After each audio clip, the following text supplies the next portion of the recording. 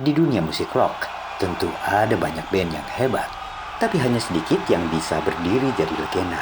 Hanya dengan 3 personel yang dipuja ribuan penggemar mereka yang cukup militan. Mereka adalah Rush.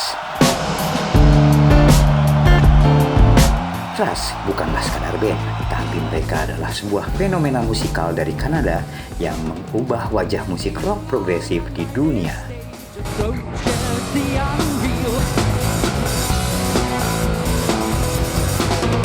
Kisah Rush dimulai di tahun 1968 di Toronto, Kanada. Formasi awal mereka berubah-ubah, namun barulah di tahun 1974 formasi klasik mereka terbentuk. Geddy Lee, vokalis, basis, dan keyboardis sekaligus frontman mereka. Alex Lifeson, sang gitaris dengan sentuhan ajaibnya. Dan ada Neil Peart, dewa drum yang juga jadi penulis lirik utama lagu-lagu mereka. 3 orang ini menciptakan suara musik yang terdengar seperti dimainkan oleh banyak orang, padat, solid, dan terkadang mirip orkestra. Dan dari sinilah legenda rock progresif dimulai.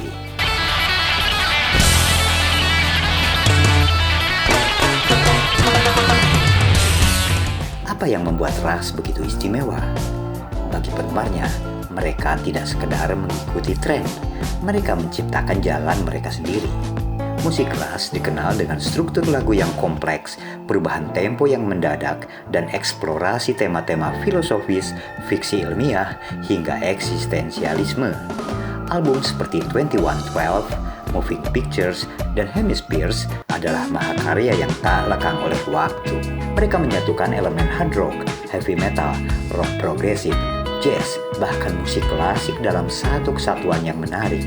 Dan semuanya dimainkan secara live, hanya oleh 3 orang, tanpa tambahan personel, tanpa lip sync, dan tanpa kompromi.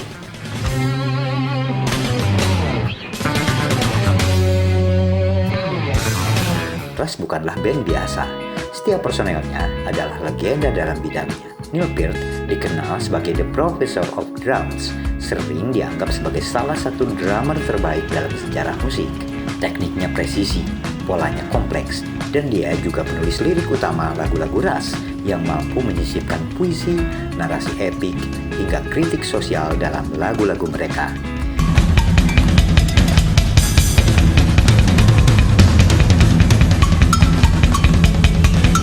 Geddy Lee adalah salah satu basis paling revolusioner. Ia memainkan bass dengan kecepatan tinggi sambil menyanyi dan mengendalikan keyboard atau synthesizer. Multitasking di level dewa, begitu kira-kira.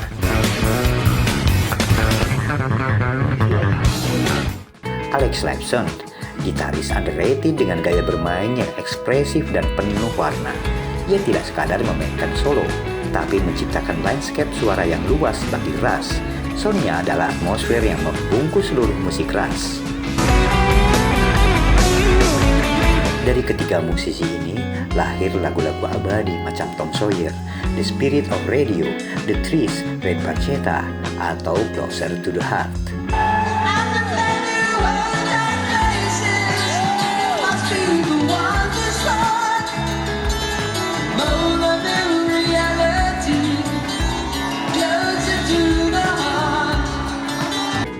Masa kecil mereka yang dihabiskan di pinggiran kota Toronto, Kanada, membuat mereka bersentuhan dengan berbagai jenis musik pop dan rock. Gaya bermain mereka awalnya terinspirasi oleh The Beatles dan The Rolling Stones, tapi pada akhir tahun 60-an, mereka lebih menyukai musik rock yang lebih agresif dan beraliran blues, seperti dari The Who, Cream, Jimi Hendrix, The Yardbirds, atau Led Zeppelin. Secara umum, mereka memang sangat menyukai musik sejak kecil. Bahkan sekolah pun tidak jadi perhatian mereka, karena yang mereka gilai hanyalah bermain musik. Pertunjukan pertama Rush diadakan di ruang bawah tanah sebuah gereja yang memiliki kedai kopi khusus remaja bernama Cove Inn. Rush pun kerap bermain di acara-acara sekolah yang memperbolehkan mereka tampil. Rush terus bermain di bar-bar di kota Ontario selama beberapa tahun berikutnya dan berhasil menarik banyak penggemar tetap. Sempat mengalami banyak penolakan dari berbagai perusahaan label rekaman, akhirnya mereka memutuskan membentuk label rekaman independen sendiri.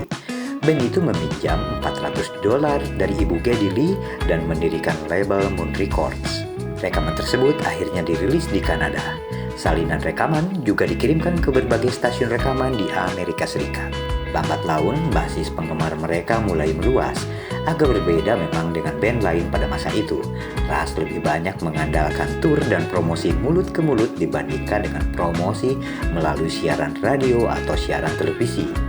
Rush dikenal dengan loyalitas penggemarnya yang kuat, yang seringkali merupakan hasil dari pengalaman pertunjukan langsung mereka yang memang intens dan unik. Rush bukannya tanpa kritik. Sebagian kritikus tidak menyukai mereka karena musik progresifnya.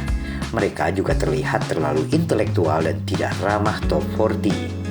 Lirik Rush jelas bukan materi top 40. Rush juga menggunakan struktur non-top 40 dalam lagu-lagu mereka. Dan karenanya, lagu-lagu Rush memang agak susah saat itu diakses oleh radio. Selama lebih dari 40 tahun, album mereka telah terjual lebih dari 40 juta kopi di seluruh dunia. Secara keseluruhan, Rush memiliki 24 album yang bersertifikat Gold dan 14 album bersertifikat Platinum, termasuk 3 multi-platinum di Amerika. Menurut Asosiasi Industri Musik Amerika Serikat, RIAA, Rush menempati posisi ketiga dalam jumlah album studio berturut-turut yang meraih sertifikasi Gold dan Platinum di antara berbagai band rock. Mereka hanya diungguli oleh The Beatles dan The Rolling Stones. Mereka juga masuk dalam Rock and Roll Hall of Fame pada tahun 2013. Ini sebuah pengakuan resmi atas kontribusi mereka dalam sejarah musik. Uniknya, mereka memang jarang tampil di TV atau radio mainstream. Namun begitu, basis penggemar mereka tetap sangat loyal. Rush adalah bukti bahwa integritas musikal bisa berdampingan dengan kesuksesan jangka panjang. Mereka tidak pernah membiarkan industri mengatur mereka. Mereka dinilai menulis musik untuk hati dan pikiran mereka, bukan untuk sebuah program tanggal lagu di berbagai radio.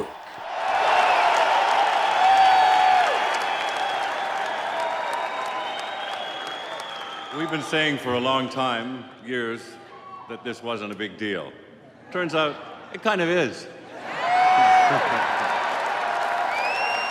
Sejumlah musisi dunia pun mengakui kehebatan trio asal Kanada ini. I heard Rush, I was like, oh my God, I had no idea this band was this incredible. I became obsessed. They were my gods. I listened to it and I thought, wow, that is amazing playing. My mind was just totally blown. I bought every magazine, I had every record, I cut out every picture, and I would go to sleep at night with Rush on the heads, wake up and it was still playing. Like, I did that. I, Sebastian Bach, was member number 3 of the Rush Backstage Club of Toronto, mother trucker. Rush is just one of those bands that has a deep reservoir of rocket sauce.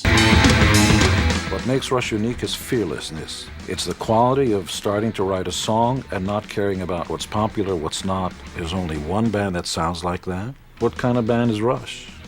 It's Rush. I believe when people step back and actually really look at who the great bands were, they are one of those bands. But somehow they were never popular enough that they get commonly name-checked as one of the great bands of all time. A lot of the other stuff has been over-explained. Zeppelin has been over-explained. The Beatles have been over-explained. It doesn't tell the whole story. And you can say, why was this band marginalized? What was it? It doesn't matter. At some point, they're there. And somebody has to explain why they're there. Pada tahun 2015, Rush memutuskan untuk berhenti tur setelah kelelahan fisik dan masalah kesehatan Neil Peart yang semakin memburuk. Dan pada tahun 2020, dunia kehilangan salah satu drummer terhebat sepanjang masa.